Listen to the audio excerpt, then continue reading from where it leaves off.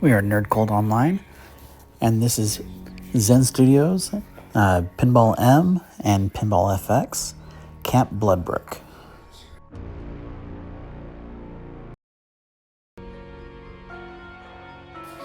So Camp Bloodbrook is the latest table for both Pinball M and Pinball FX, and it is essentially your stereotypical, horror movie setting with a summer camp where basically a crazed killer shows up and starts trying to kill all of the campers and counselors.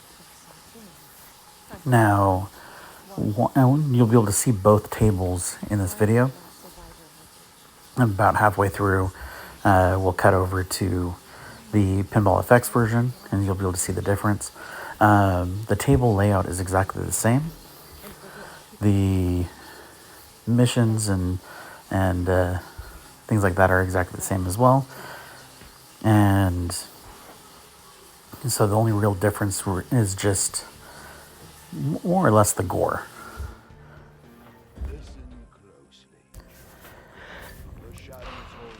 Now, as you play, you unlock different story missions. That ramp that is mostly lit up is actually how you trigger the majority of them. If you send the ball through the main camp building right there, like I just did, that does another one.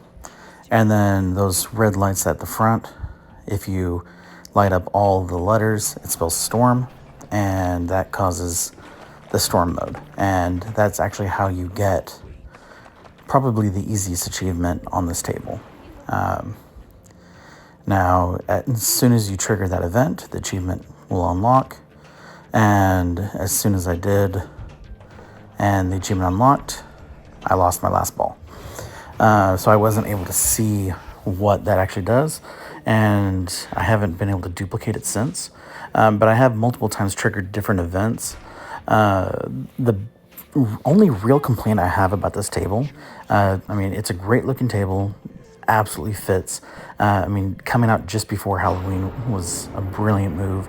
But when most tables, in general, as you go, you see lit up ramps that you're supposed to hit to continue or complete the challenge, and same with like lit up buttons and things like that. And with this one, at least with the missions that I've been able to initiate, I haven't been able to actually identify really what ramps are supposed to be hit. And most of the ramps, with the exception of the left one, are very easy to hit. The left one, moderately so, but even with my poor skills at the game, I'm still able to hit it pretty frequently. Now here, I was actually trying out a theory I had where you're basically supposed to stay hidden for a certain amount of time. And I basically got impatient and just went ahead and started going again. And if you hit the killer, it alerts them to where you are, and then you lose the mode.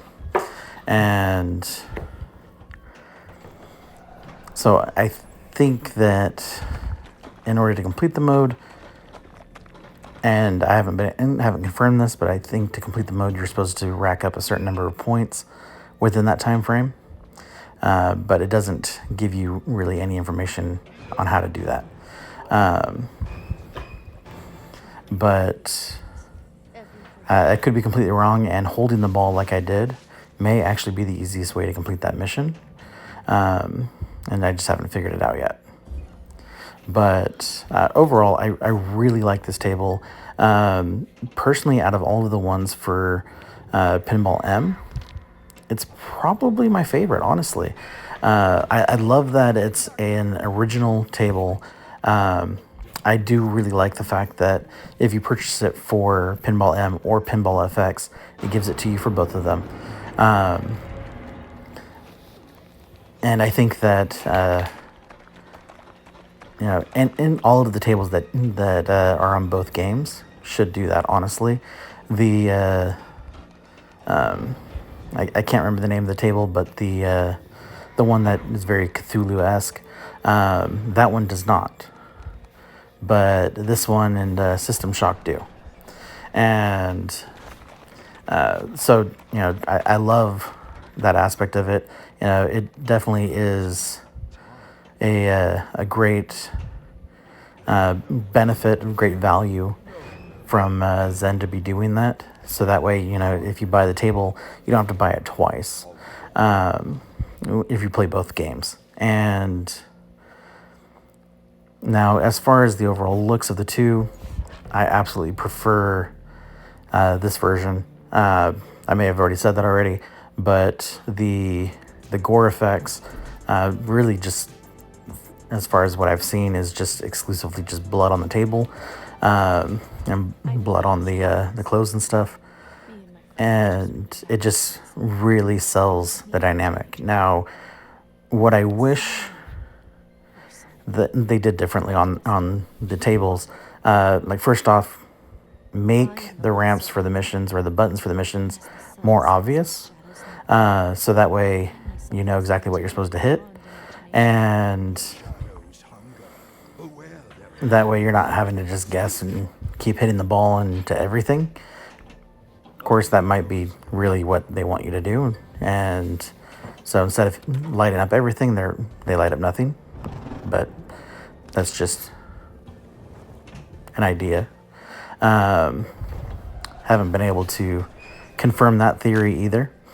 But the other thing that I wish they would do is, continue to have theme tables that, are a certain name, certain overall theme, but instead of just remove the blood from the table, which, doesn't really take away much of the table, or add significant amount to the table to really, make you want to play it on both games, unless you're an achievement hunter,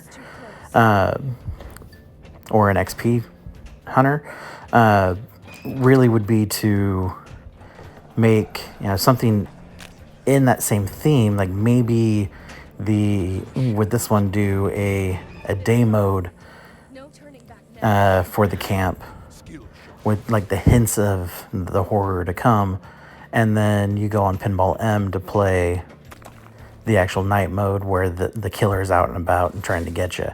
I think that would be a much better way to do this. But overall, really enjoy the table. It is so much fun. I've probably played it a dozen times since recording both of these videos, and it's probably my most played table on Pinball M out of all of them, and it's just a blast. But my biggest problem is just figuring out how to do each mission. I know that sites like trueachievements.com tend to have a lot of guides that walk you through how to do most of those things, and there's probably going to be some there soon, but currently I haven't seen anything. But overall, again, great table. Love the dynamic, the ramps, the setup, how it tells the story, and but again, if you're only going to be playing one, play the Pinball M version, because the blood really just adds to the table. It just kind of looks a little bland here because of that. But overall, love it. Looking forward to playing more and trying to figure out how to do the other challenges. And that's it for us for this episode, and I will catch you all next time. Thanks for watching.